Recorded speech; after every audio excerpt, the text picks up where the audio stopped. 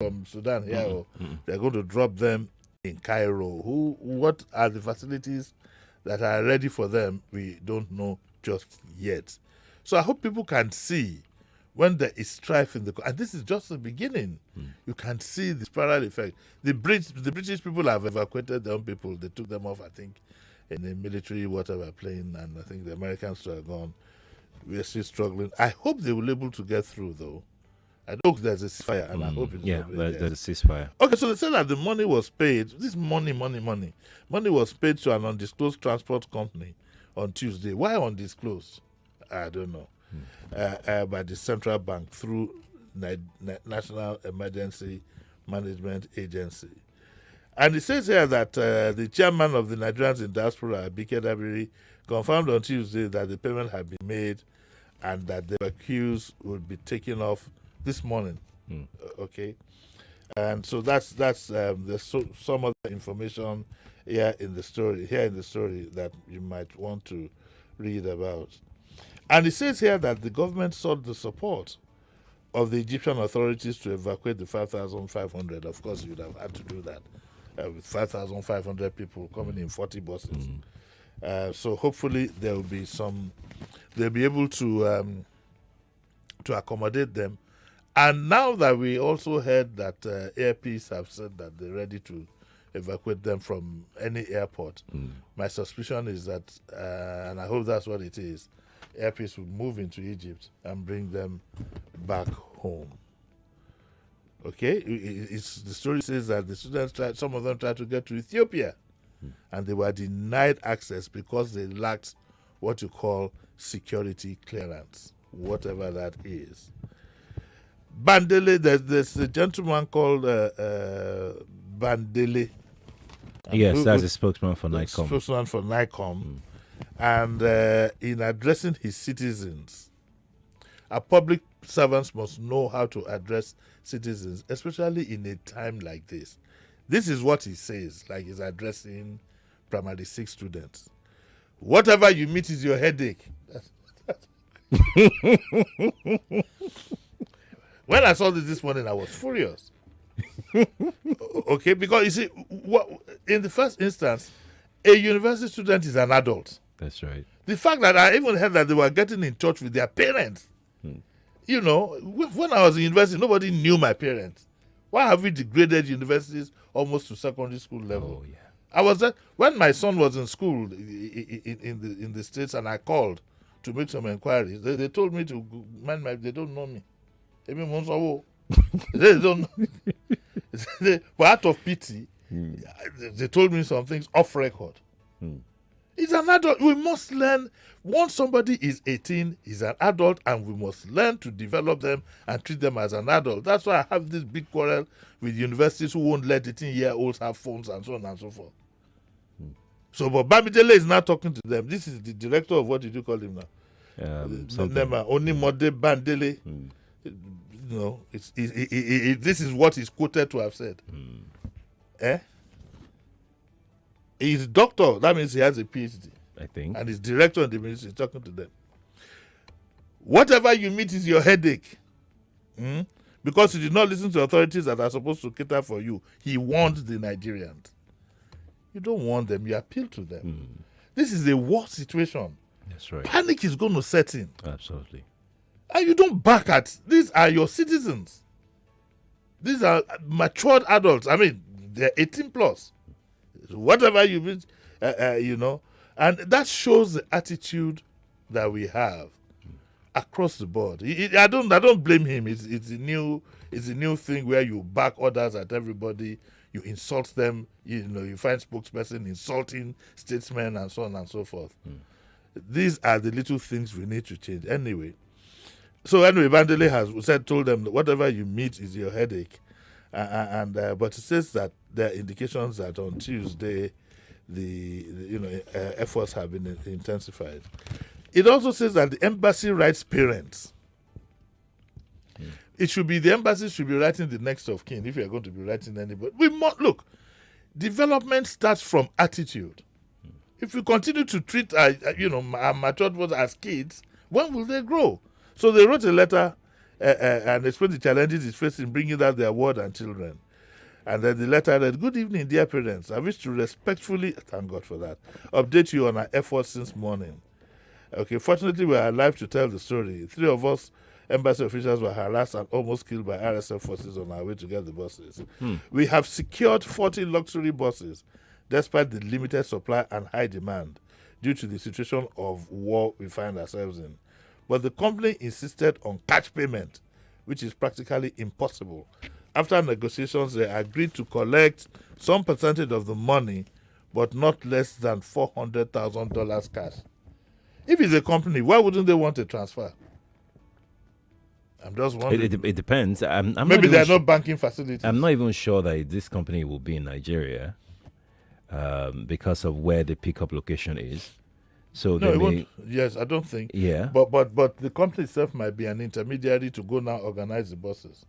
right. That's I'm another thinking thing. like a detective. Yeah, that's another thing actually. And I'm wondering why Maybe just why would anybody insist on 400,000? Has They banking may broken down in Sudan? They may have their reasons. Yes, maybe, definitely, because of the war situation. But then the company may not be in Sudan. Who may actually. have their reasons? Maybe Egyptian company, maybe.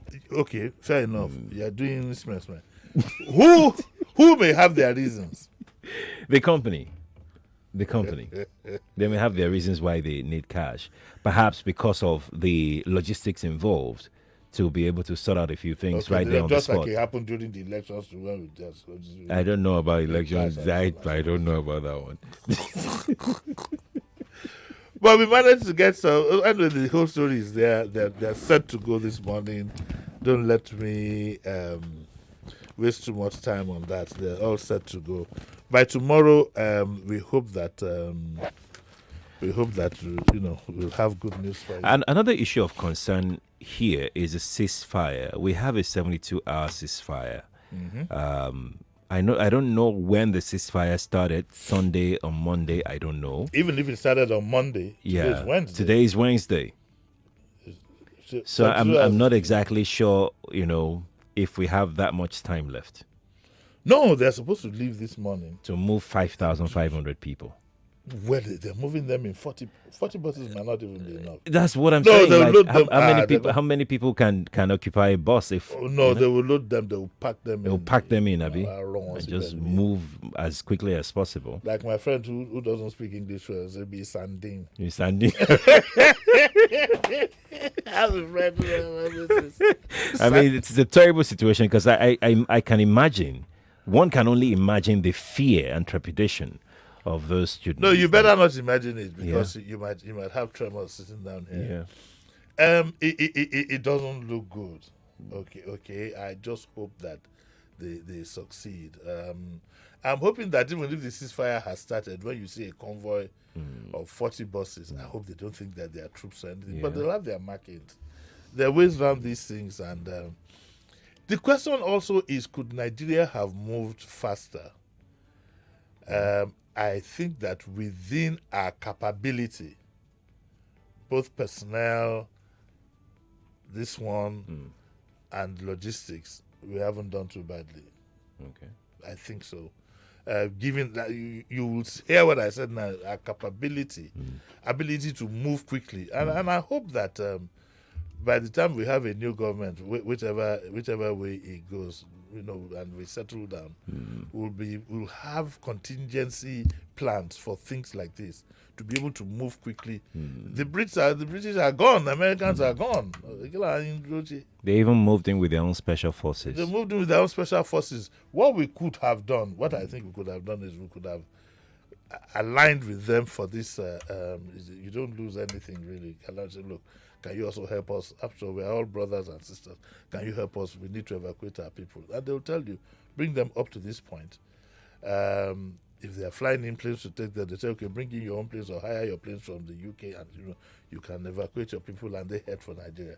I think we need to be a bit more. That is one of the reasons why I'm always insistent that you need a president who is hands-on. You need a president who would wake up in the morning and say, this thing in Sudan, call me this, call me that. Let's have a quick emergency meeting. Do you understand? You need somebody who can pull the plug immediately. But from the video that was making the rounds again yesterday, I don't know. Yeah. Apparently, I was corrected yesterday that what was it I said? Catata. Catheter, something also can be worn on the arm, like things like that. Well, to be very frank, there was nothing.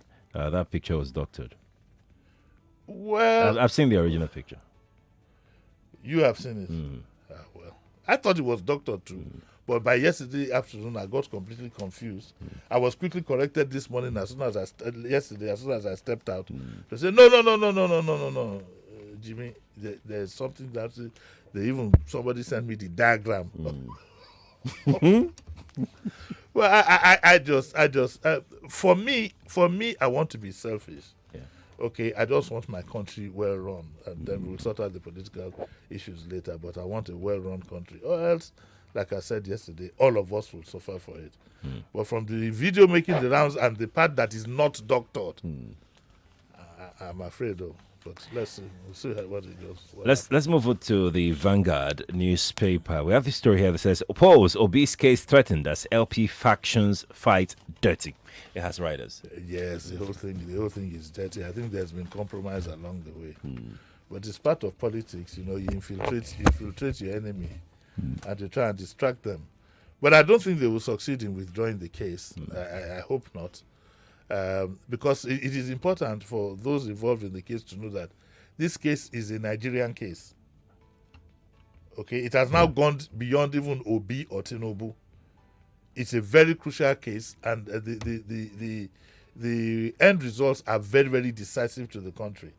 And so I would advise that nothing tampers with that case. In all honesty, it will settle a few issues. It's beyond the issue of whether Tinubu becomes the president or Obi becomes president, but it settles a lot of things. It will hopefully bring calm to the country. Okay, so the Labour guys who are playing all kinds of tricks, I beg you, put your nation forward. Imagine if you withdrew that case now, how you expect the public to react. So let's all be responsible. I know politics, all kinds of things, settlements and whatever can happen, but for God's sake, let's all try and be responsible. Who has the right to withdraw that case, though? The person who filed it. It's as simple as that. What's that effort? If you don't file, you can't withdraw. What's that nonsense effort then? In writing to the tribunal? If it's the person who takes the complaint to the tribunal that can take it back. I mean, that's logical. Okay, so maybe what I'm suspecting is maybe the Labour Party filed the case. So this now is fighting for ownership of the party. That's where the technicality lies.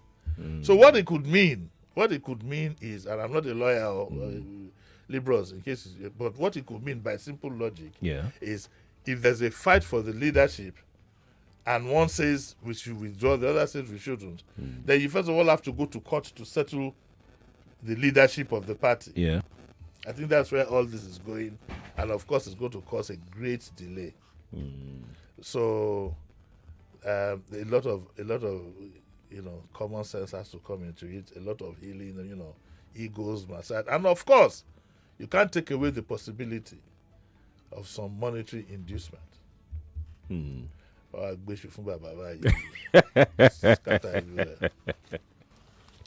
Okay. Let me keep quiet. I want to keep quiet. Let me keep quiet. Why now? Anybody who wants to eat with the leadership of the APC, it's not a long spoon that he needs. They say if you want to eat, you need a spiritual spoon, a fairy. When you are putting the spoon in the thing, they won't see it at all. Those guys are something else. Yeah. I had a different opinion of that party with what happened in Lagos.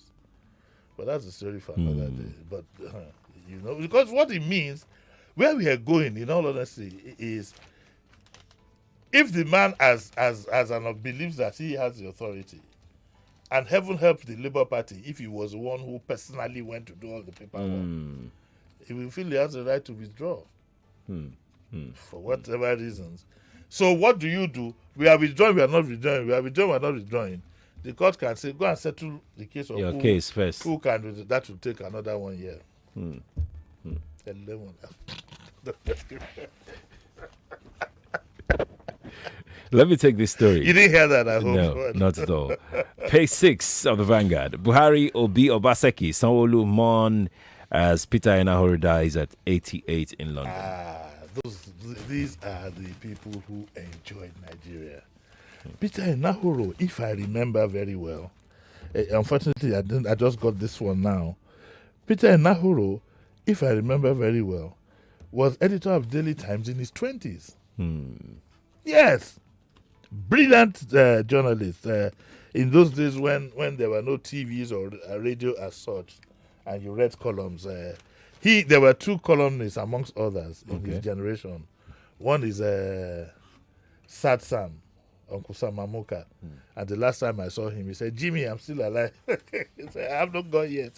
And the other one is Peter Pan, Peter Enahoro, who died at the age of 88. 88, yes. He had one magazine called, was it Africa Now? In the days when there's no more emphasis on print, social media, blogs and all kinds of things have taken over that function. And I'm happy that, sometime he became editor of the Sunday Times at 23. I got the date right. He'll be sorely missed. He's referred to here as Pa Enahoro. I never saw him like that, and I never will. These people like Uncle Sam, I don't know, call Uncle Sam Pa Muka. No, their minds are forever young and contemporary. You walk into Uncle Sam, almost 90 himself, and his mind is as young and as fresh, if you are not careful, fresher than yours. Same with Peter Enahoro, who is now being referred to at some point as Pa Enahoro. But he has a lot of tributes here, and I would not mind to say that, especially the Enahoro family. The Enahoro family is one family that has contributed well to Nigeria's development. Anthony Enahoro. That's right. And Mike Enahoro. Yes, Mike Enahoro, yes. So he'll be greatly missed. May his soul rest in peace, and my condolences to the Enahoro family. This, reading this brings back memories way back at the days of network news at 9 o'clock. And I remember when Mike Enahoro got married to Julie Coker. And we were all waiting, and one day the two of them had to present the news together. These were the little thrills that we had. Nobody was interested in how much money you had or the car you were driving. You were more interested in making a name as a lawyer, as a journalist, as this and as that. The reverse is the case now. Right. Oh, yes, the reverse is the case. We have a different country now entirely. Let's take this one here on page 10. How Lagos can curb building collapse. FEM. I don't think Lagos wants to curb building collapse. I think they just want to learn to live with it, and I'll tell you what I mean.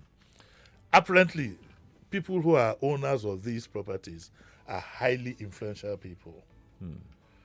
And we have a government that cannot stand up to them. Because my feel is that if we had done the needful and prosecuted successfully one or two people as an example, we won't be in the mess that we are in now. Look at some of the buildings. The only building that has gone down that the owner has really been identified is the one where the owner died in the building. The one that happened in Oniru, we haven't heard anything. So many building collapses, investigations will be done, we will prosecute, you don't get to know who did what. Until we make an example. Because what it means is, even those who are, the construction industry now will soon have a problem. Let me give you an example. If anybody approaches me now that you want to rent a place, you know what I tell them? What's that? Go look for the old buildings. Don't go to this new development because they've been compromised. With the state of emergency that we are in that industry, I suggested here that anybody going above 2 or 3 floors, the construction can only take place with the following companies, and you add to them after you've given them due clearance. Costain, Julius Berger, because ordinarily, look at the one who wanted to build a 17-story building by direct labor. mean, you know, and we don't have a value for life. So the same optics keeps repeating. You remember the commissioner was here that day when he refused to mention the names of those who wanted. But I think it was Yes, you. yes. He refused yes. to mention. Why? Why would you want to do that? You're ready to mention the name of a pickpocket. You're ready to mention the name of this and parade them. When it comes to the elite, you keep mum. And it's the elite.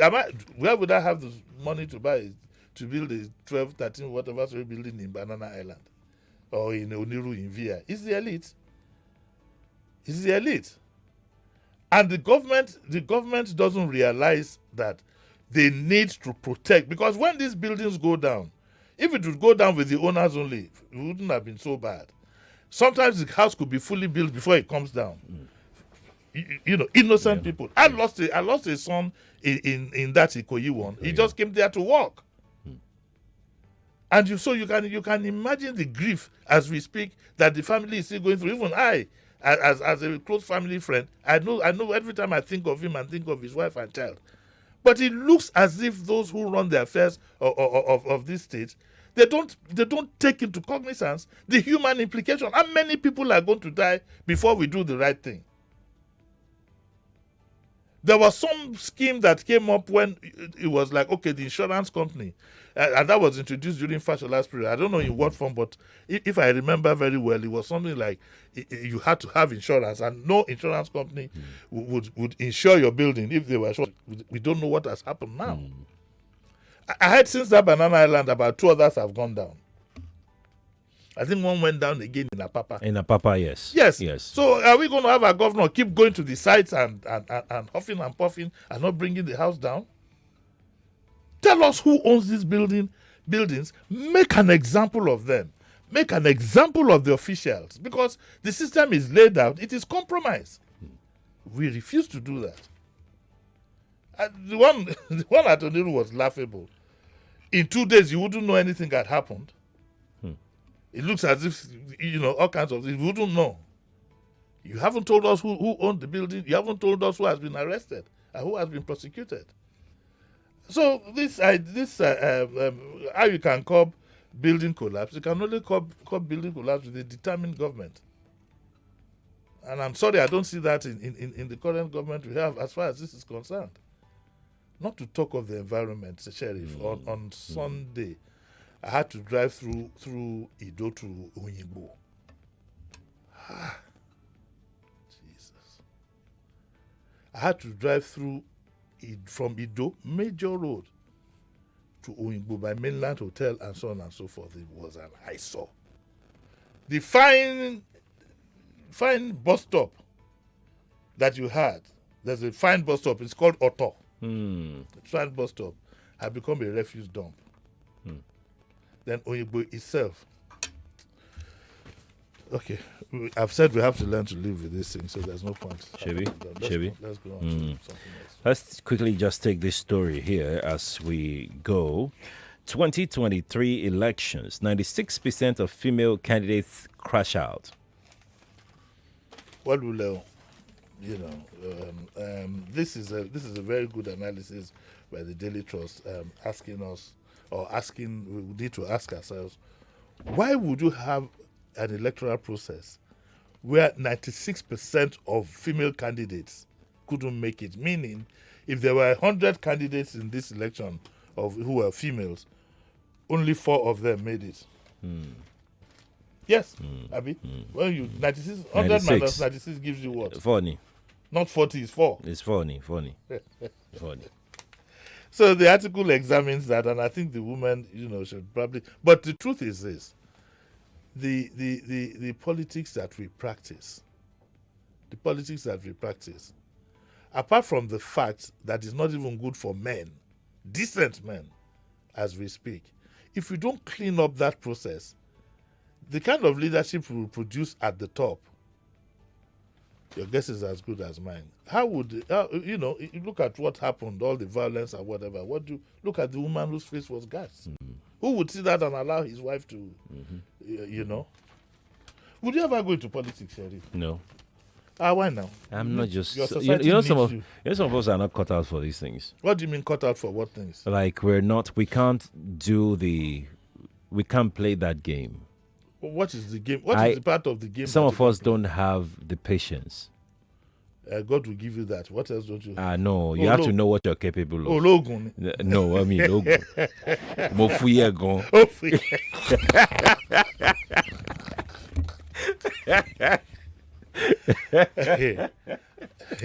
But you see, look, let's look at it. If your leadership of your country or your environment is decided from such a murky environment, Yeah.